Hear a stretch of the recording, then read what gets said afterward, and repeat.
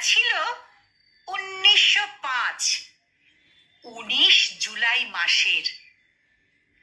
বাংলা ভাগের তীব্র বাধার একটা ইতিহাসের।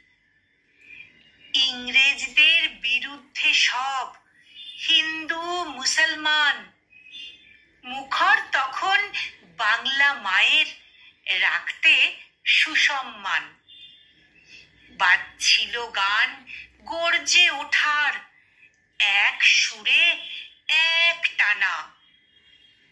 রোদের গুঁড়োর রং ছড়ালো আলোর পাখির ডানা। ছুটে এলেন রবীন ঠাকুর সেদিন পূর্ণ প্রাতে, পরিয়ে দিলেন প্রীতির রাখি সবার হাতে হাতে।